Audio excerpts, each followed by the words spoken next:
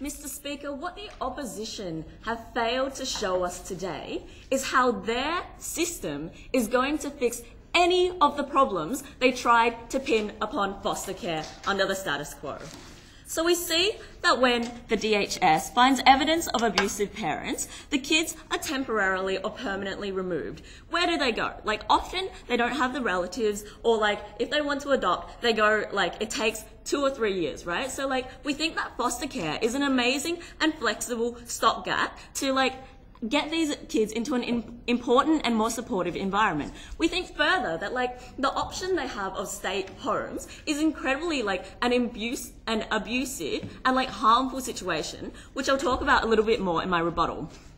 We think that under the current system, like foster parents can apply to the state. Like, we think that there's a really rigorous screening process, and we're absolutely happy to like up that even more, right? Like, we're happy to provide them with extra training to like look at things like their crime, their family history, like any potential psychological issues, right? Like, we think that these are kind of issues that they try to show us. They're easily like fixed under the status quo. Further, I've got 3 key points of rebuttal for you today.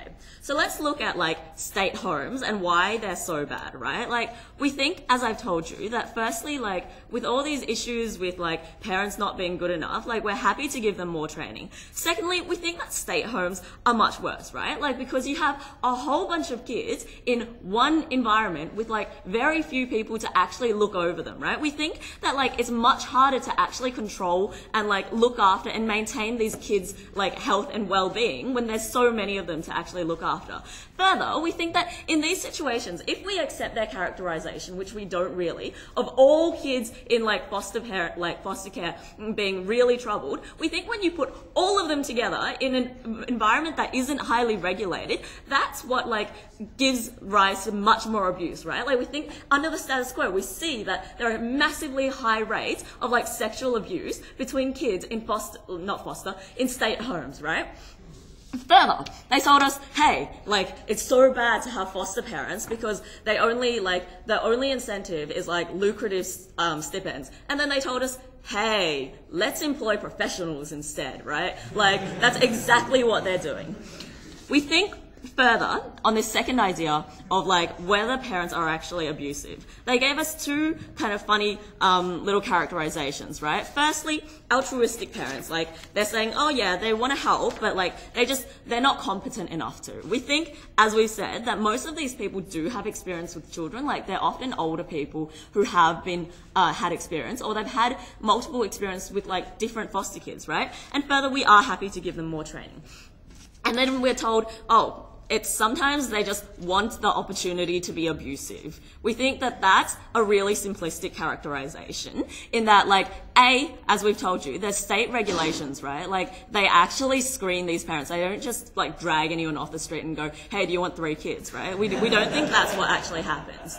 Now, let's look at this final idea of, like, stability for the children. As we told you, we think that when there's, like, a network of state homes, as they wanted to push, like, the ratio of children to carer is much higher, right? Like, we think that when you have a state home that's abusive and you have to move these kids to different places because they're getting bullied by all these other kids, that's what's going to, like, put them in a situation that's much less stable, that's much less like beneficial to the children. We think that's the kind of things that will actually result in massive harms. So I've got 2 key points of substantive for you today. Firstly, like, why the people in foster, like, who volunteer to become foster parents are the best kind of parents, and 2, like, why it's important to have like short-term stopgap measures. So the type of people who do volunteer, we think, like, if there's a monetary incentive, which we don't agree, because we think that, like, the money that these people get is like the basic costs of actually rearing a child, right? We think the state is only fulfilling its responsibility in that it's helping to actually support these children. And we think that generally, like, these people have jobs. They don't do this as a career. They're doing it out of altruistic, like, purposes. So we think, as I've told you, like, they're often older and like they just want to give back to the community. We think this is like a very good kind of person to have because there's a lot of people who are like in these kinds of situations. We think that there are a lot of options, and therefore like when you're trying to pick the best kind of foster parents, you have a much larger pool of applicants to actually select from, and you can get the best candidates. So why are they in such a uniquely good position to provide this care? Like we think A, because they've like signed up, right? Like they actually want to help the kids. They have that motivation.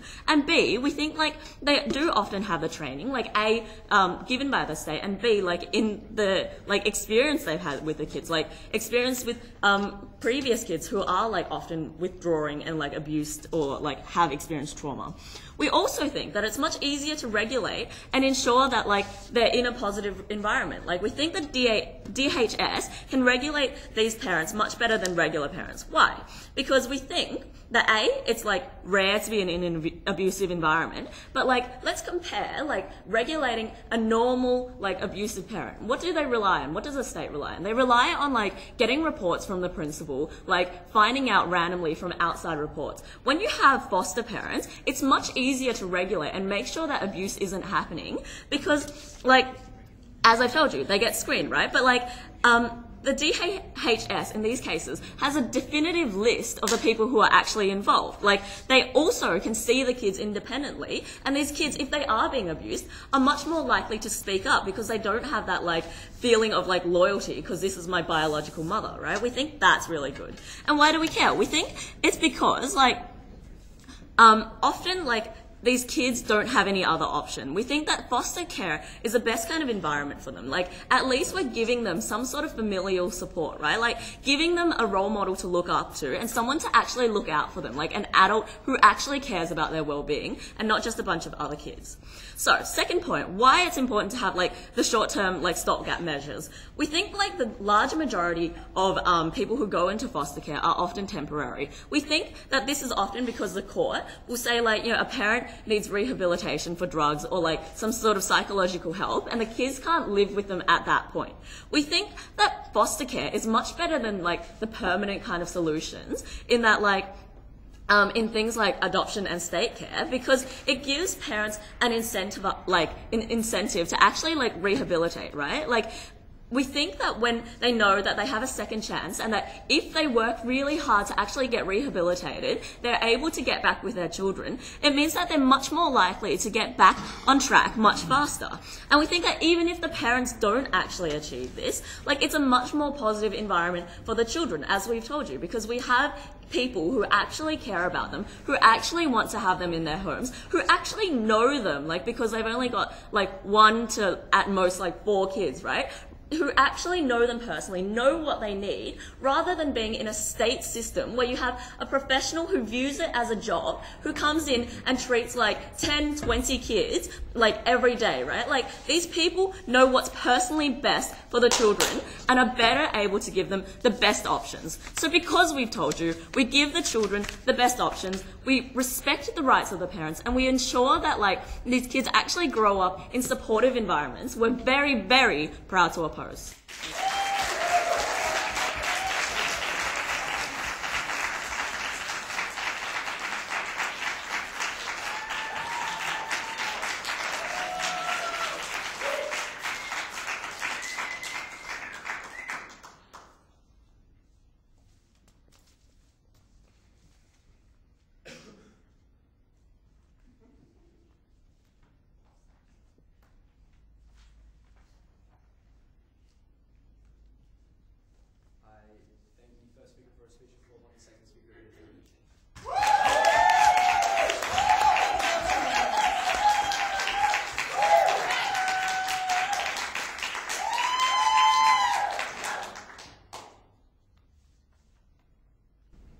Mr. Speaker, the problem with relying on checks and more checks on foster parents is that the more you have, the less likely people are to take up the responsibility and the commitment to raise those children. Because that's the reason why people become foster parents, because they are offered attractive liberty and conditions in the way that they raise those children, and that's the conditions that attract them in the first place. But at the point where they entered the home, at the point at which the children entered the home, the state was never able to install cameras under the model of the opposition team or have accountability mechanisms, because the very basis of their model was one of familial autonomy, and that was the one that we found problematic. 2 points in rebuttal. First, on fostering. Secondly, on state homes. On the first issue of fostering, we heard 3 things from the other side.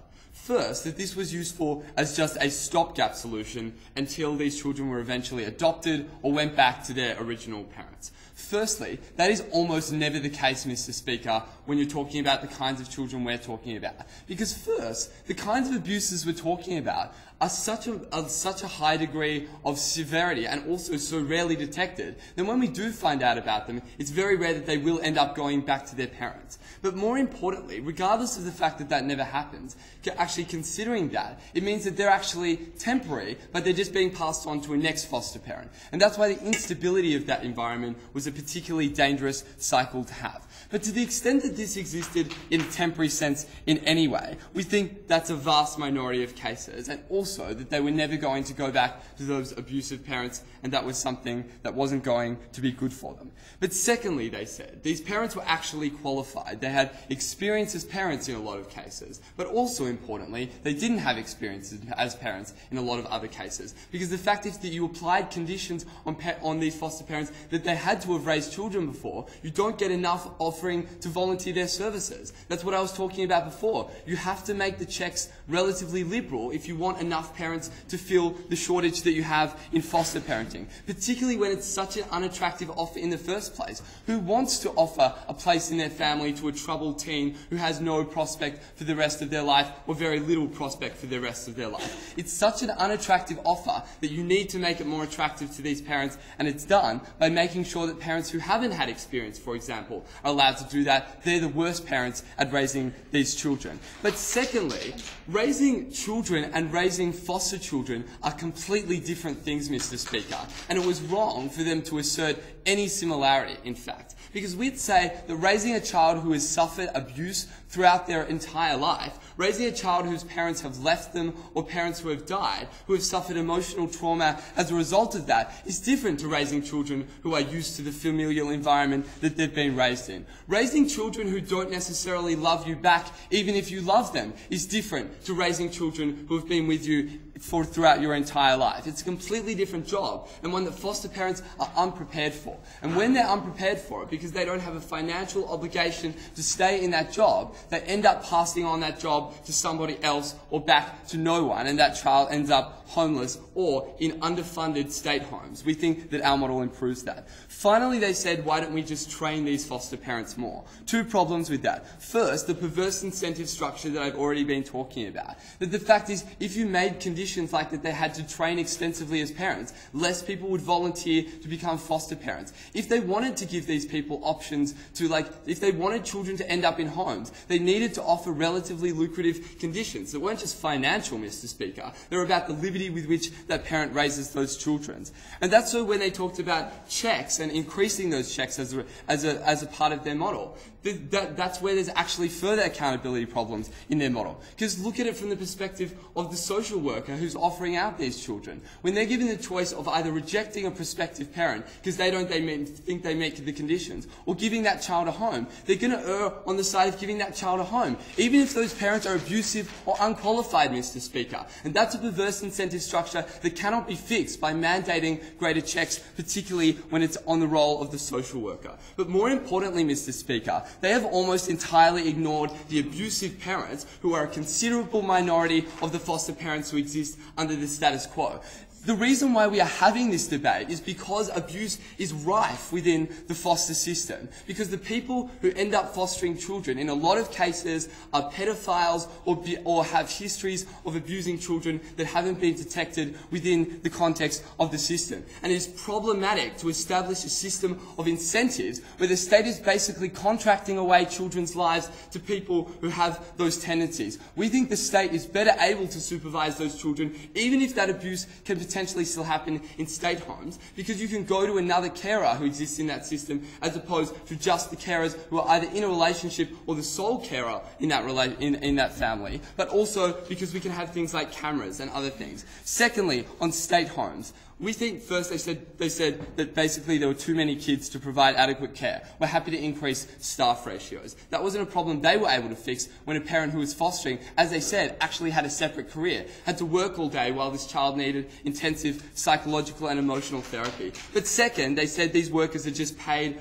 it's essentially like stipends for foster care. No, it's not, because foster parents are attracted far more by the kinds of things like liberty that I talked about earlier. But also, this is a long-term wage that we're attracting these people with, which means that we get the benefits of stability. So what am I going to talk about in substantive, Mr. Speaker? I'm going to talk about two things. First, how this helps children who don't usually get helps the children who don't usually get foster parents. Because there are many children under the status quo who don't get foster parents because of the nature of their demographics largely. Most teenage boys will never end up with a foster parent because people see them demographically as more likely to be troublesome, more likely to get into crime, etc. And they're often ignored plainly on the basis of those demographics, as opposed to whether they actually have the potential to integrate with that family properly. The benefit of our model is it gives a political incentive for the government to invest more in state homes, as well as the fact that that is our model, because of the existence of fostering. And it means because of the existence of fostering is undermined and reduced. And it means that you can no longer afford to ignore this important group of children who are left out of the status quo, who are ignored. We think it's unacceptable to leave out the children who are most harmed under the status quo. That is, the children who don't even end up in a home or end up in an underfunded state home because all of the political incentives align with spending more in terms of foster care incentives. Secondly, though, how this breaks down foster families. We think there's an incredible stress of introducing troubled children to families who don't adequately expect and preempt the nature of that contract. And I'm going to talk about three ways in which that's harmful. First, you have strain in the relationship between the people who are caring for the children, who have different approaches to the fact that this child is acting out against them. The fact that these children don't always know how to empathise properly, which means that they don't necessarily feel intimacy back to the parent, to the foster parent who's expressing intimacy to them. But second, if there are other children in that relationship, it fosters jealousy and antagonism, particularly if those are young children, because the foster parent is providing care to both their children and also to other children. But also, what's the incentive at play here? Are you going to provide better care to your own children, or are you going to provide better care to the foster child? Is it fair that we're putting people in a relationship, in a structure that encourages them to abandon these children in favour of the children that they already have? Mr. Speaker, there are perverse incentives that are important for the opposition to engage with in this debate that make foster caring always ineffective. We're proud to propose.